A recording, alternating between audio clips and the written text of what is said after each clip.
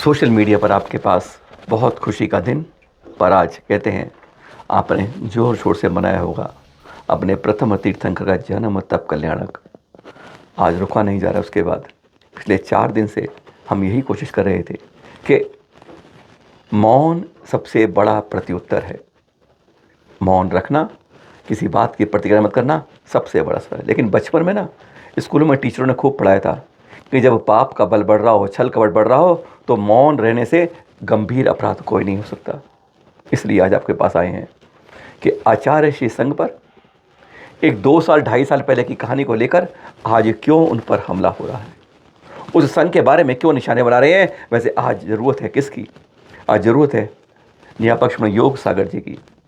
आज ज़रूरत है उनकी, जो हम कहते हैं शेर आया जैनों का शेर आया, मुनि पुंगव श्री सुधा सागर जी की, मुनिषि प्रमाण सागर जी की, अभय सागर जी की, पड़म्य सागर जी की, वीर सागर जी की, विनम्र सागर जी की, संभव सागर जी की, महासागर जी की, ध्यान सागर जी की। इनकी ज़रूरत है आज कि क्यों आमने आज अपने सबसे पूजनीय वंदनीय संघ है और उसके बारे में आज 2.5 साल बाद एक प्रतिक्रिया में 20 के खिलाफ FIR कर दी गई है। और उसमें 4 त्यागी हैं ऐसे, किसी के घर पर हमला किया है। आज आपको पूरी FIR देंगे जो 12 मार्च को दर्ज हुई है 2022 की घटना के लिए। एक एक पन्ना आपको बताएंगे। पर अफसोस ये हो रहा है कि हमारे एक सबसे श्रेष्ठतम संघचर्या वालों पे, वहाँ त्यागी व्यक्तियों तक को 307 के अंदर मुकदमा दर्ज हुआ है, FIR दर्ज हुई है। आज पूरा सुनाते हैं, इसलिए सुनाते हैं कि जो हमारे शेर है ना, शेर संघ के, जो हमारे यहाँ पक्ष में नेतृत्व करते हैं, समता सागर जो करते हैं, समय सागर जी को हम कुछ नहीं, एकदम वो अपनी कहते हैं अंतरात्मा के अंदर की यात्रा करते हैं। उन्हें कुछ मतलब नहीं है कि बाहर क्या हो रहा है। लेकिन कई तो हमारे हैं, कहते हैं शेर जो आते हैं वह तो इस समय बोल सकते हैं। सुनाते हैं आपको ये FIR जो है दर्द से भरी हुई है कि आज हमारे सबसे श्रेष्ठतम संघ के ऊपर क्यों बार बार, अरे लड़ना है आपस में लड़ लो, पर त्यागियों को बीच में नहीं आए। आज सुनकर बड़ा दर्द होता है, इसलिए FIR आपके सामने दिख रहा है। FIR के पहले पृष्ठ पर देख रहे हैं आप, पढ़ रहे हैं हम भी आपके साथ। फर्स्ट इन्फॉर्मेशन रिपोर्ट, FIR प्रथम सूचना रिपोर्ट, जो 2025 में अब 12 मार्च 2025 को 2:56 पर दर्ज हुई है। 283 नंबर FIR ललितपुर के कोतवाली थाने के अंदर, और धाराएं लगी हैं इसके अंदर। आप देख रहे हैं जो लिख रहे हैं 506, 4, 120B, 511 और उसके बाद 307 हत्या का प्रयास पुरानी संहिता में है। लेकिन यह सुनकर हैरानी हो जाती है जब ये धाराएं लग रही हैं। किन पर लग रही है? बात है जैन से लड़ो, कोई बात नहीं है, पर त्यागी वृत्तियों को मत लाओ, संघ को बीच में मत लाओ। हाथ जोड़ के निवेदन है। आज फिर कहेंगे एक बार फिर, वो शेर आया हम कहते रहते हैं। आज गुरुवर आपको आने की ज़रूरत है इसका भंडा फोड़ करने की, कि कौन गलत कर रहा है, कौन कर रहा है। हम किसी का पक्ष नहीं लेंगे इसमें, क्योंकि ये प्राथमिकी दर्ज है, अदालत निर्णय करेगी बाद में इसके बारे में। ये लिखा गया इसमें। घटना कब की है वो बताना चाहते हैं कि ये घटना जानबूझकर 2.5 साल बाद क्यों हो रही है। 21 दिसंबर 2022 से 30 दिसंबर 2022 की घटना को आज 12 मार्च के अंदर दर्ज कराया गया है। और आज आपके पास हम 23 मार्च को इसको लेकर आए हैं, 4 दिन से आने के बाद, शांत होने के बाद, कि अब यह जन्म कल्याणक तब तक मना लें, पर अगली बार में यह आवाज़ को उठा लीजिए, क्योंकि कई चीज़ों पर मौन नहीं रहना चाहिए। दूसरे पेज पे FIR के अंदर स्पष्ट लिखा हुआ है कि 12 मार्च 2025 को की गई है। इसमें करवाने वाले के नाम है जो हैं मुन्ना लाल सेठ सठियाना जी, एडवोकेट हैं, और 1953 में जिनका जन्म है, एक बुजुर्ग हैं जिन्होंने ये शिकायत दर्ज कराई है। FIR के तीसरे पन्ने पर देखेंगे तो उनका पता लिखा हुआ है कि वह 5 नदीपुरा में रहते हैं, ललितपुर के अंदर। पर 7वां जब पॉइंट देखते हैं आप इसके अंदर, तो उसमें आ जाते हैं अब नाम जिनके ऊपर ये आरोप लगे हैं। देवेंद्र कुमार कामरा, विनोद कुमार कामरा, भाई भाई हैं। FIR के चौथे पेज पर मनोज कुमार जैन, साथ में विजय कुमार जैन, श्री शक कुमार सिंघई। अब इसमें कई सारे ऐसे हैं जो पूरा कहते हैं परिवार आ गया है। जैसे इसके अंदर शक कुमार सिंघई, उसके बाद आ जाते हैं शैलेंद्र सिंघई, दोनों के पिता हैं देवेंद्र सिंघई, जिनको भी इसमें लिया गया है। अनूप जैन, मनीष जैन, संतोष कुमार इमलिया, इन लोगों के इरादा है। लेकिन 5वें प्रश्न पर जब जाते हैं हम, तो यह क्रम और बढ़ जाता है। FIR के 5वें प्रश्न पर लिखा गया है संभव सिंघई, यानी वही वीरेंद्र जी के भी ये भी पुत्र हैं। अब अगला नाम आता है ब्रह्मचारिणी रेखा जैन। क्या यह घटनाक्रम में थी? त्यागी व्रती डीएसपी रही हैं, जिन्होंने क्षमा सागर जी और आचार्य को देखकर डीएसपी पद को लात मार दी थी और वो इस ब्रह्मचारी रूप में आ गई। आज अगर देखते ना, सागर जेल के अंदर हथकरघा चल रहा है, विधान करवाती रहती हैं, ये रेखा जी करवाती हैं। आज कहते हैं आचार्य ऋषि के उन खास को सुधा सागर जी हो, योग सागर जी हो, आज ये देखना होगा कि हमारे त्यागी वृंदी के हमले में थे क्या इनको नाम को जोड़ा गया है। डॉक्टर नीलम जैन इतनी सरल शांत हैं, जानते हैं इनके बारे में? भागवत तीर्थ पर महिलाओं के अंदर रोग स्पेशल को खोलने वाली है ये। वहाँ जो सफलता मिल पाई है उन्हीं के से आज महिलाओं का प्रकोष्ठ जो अस्पताल में है आज सागर में, उन्हीं के कारण है। जी हाँ, नीलम विवाह 13 नवंबर में संजय जैन जी, सुरेंद्र जैन जी, अनिल नैनधारा, मुकेश कुमार जैन ठाना, समझ गए सागर की बात जो है। महेश विलेरा वह भी समझ गए सागर की बात। और एफआईआर के छठे पेज पर 2 नाम हमें हैरान कर देते हैं। पहला है ब्रह्मचारी विनय बंडा जी। 2 नाम वहाँ बताए थे, सागर और भाग्य जो समाने वाले के अंदर। और अब ब्रह्मचारी विनय बंडा जी, जिन्होंने कितने प्रतिष्ठाएं करवा दी, शिरपुर में मिले थे, हमें चर्चाएं हुई थी, बहुत सरल और सब कुछ करने वाले, इतना बड़ा काम करते थे पंचकड़क में, लेकिन एक पैसे के बारे में जिन पर उंगली नहीं उठ सकते, ऐसे विनय बंडा जी, जिनकी चर्या सर्वोत्तम है। यानी हम कहें आचार्य श्री के अंदर जो ये ब्रह्मचारी भैया होती हैं, बहन जी होती हैं, ये भी चर्या ऐसी रखती हैं जो कई जगह मुनि नहीं रख पाते हैं। अगला नाम है ब्रह्मचारी संजीव कटंगी जी। हाँ, शायद 7-8 साल पहले की बात होगी। किशन नगर हमारे पड़ोस में आए थे, विधान करवाया था, पूरे समाज को एक कर दिया था और एक पैसा इन्होंने विधान में लेते ही नहीं है। ये वह नाम है जिनके बारे में कोई सोच नहीं सकता, कल्पना करता कि 2 ब्रह्मचारिणी दीदी और 2 ब्रह्मचारी भैया, यह नाम आ गए। बहुत दर्द होता है कि क्यों हमारे जो शेर हैं हमारे, वह क्यों नहीं उठते? सुधा सागर जी, समता सागर जी, क्यों योग सागर जी चुप रहते हैं? क्यों प्रणम सागर जी, परमार सागर जी इस बात पर क्यों नहीं बोलते हैं? अरे समाज में लड़ना है, मत लड़ो, पहले तो ये कहेंगे, पर इनके खिलाफ एफआईआर। और अज्ञात के अंदर कहा है 20-25 ऐसे हैं जिनको मैं नाम नहीं जानता पर पहचान लूंगा। इसके बाद उन सबके नाम दूसरे लिखे गए हैं। 7वें पेज के ऊपर देखेंगे आप तो उन सब का विवरण एक बार फिर चार्ट के अंदर लिखा गया है, लेकिन उसके अंदर एक बात जो लिखी गई है कि 20वें अंक के लिए 20-25 अन्य अज्ञात सागर व ललितपुर के वे व्यक्ति हैं जिन्हें प्रार्थी सामने आने पर पहचान सकता है और सीसीटीवी फुटेज में परिलक्षित हैं। इन सब पर जो आरोप लगे हैं वह 8 नंबर एफआईआर पेज पर स्पष्ट दिख रहा है, जिसमें लिखा गया है, पहले उन्होंने अपना परिचय दिया है कि मैं 72 वर्ष का वृद्ध हूँ और फेफड़े पर आधारित बीमार व्यक्ति हूँ और मैं ललितपुर के अंदर 1977 से प्रैक्टिस कर रहा हूँ। सीनियर अधिवक्ता एडवोकेट है। एक व्यक्ति संजय जैन जो हैं उन द्वारा एफआईआर क्रम 394 जो 2022 में दर्ज हुई थी, उसमें थाना सिटी कोतवाल में अज्ञात आरोपी के विरुद्ध दर्ज कराई थी और उक्त एफआईआर में प्रार्थी का नाम दर्ज नहीं है। उक्त प्रकरण के सिलसिले में 21 दिसंबर 2022 को जब प्रार्थी ने अपनी वृद्ध पत्नी के साथ मंदिर जा रहे थे, यह घटना उन्होंने जोड़ी है कि उनके ऊपर क्या हुआ था।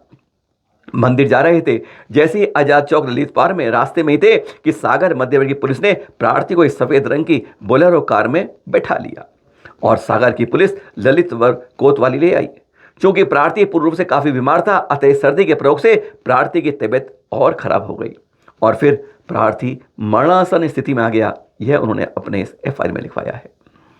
ऐसी स्थिति में प्रार्थी ने सागर मध्य पुलिस द्वारा पूछताछ करने पर उपरांत प्रार्थी को अपने घर वापस भेज दिया। उनको प्रार्थी को फिर 23 दिसंबर को थाना सागर में हाजिर होने तो एक नोटिस आ गया।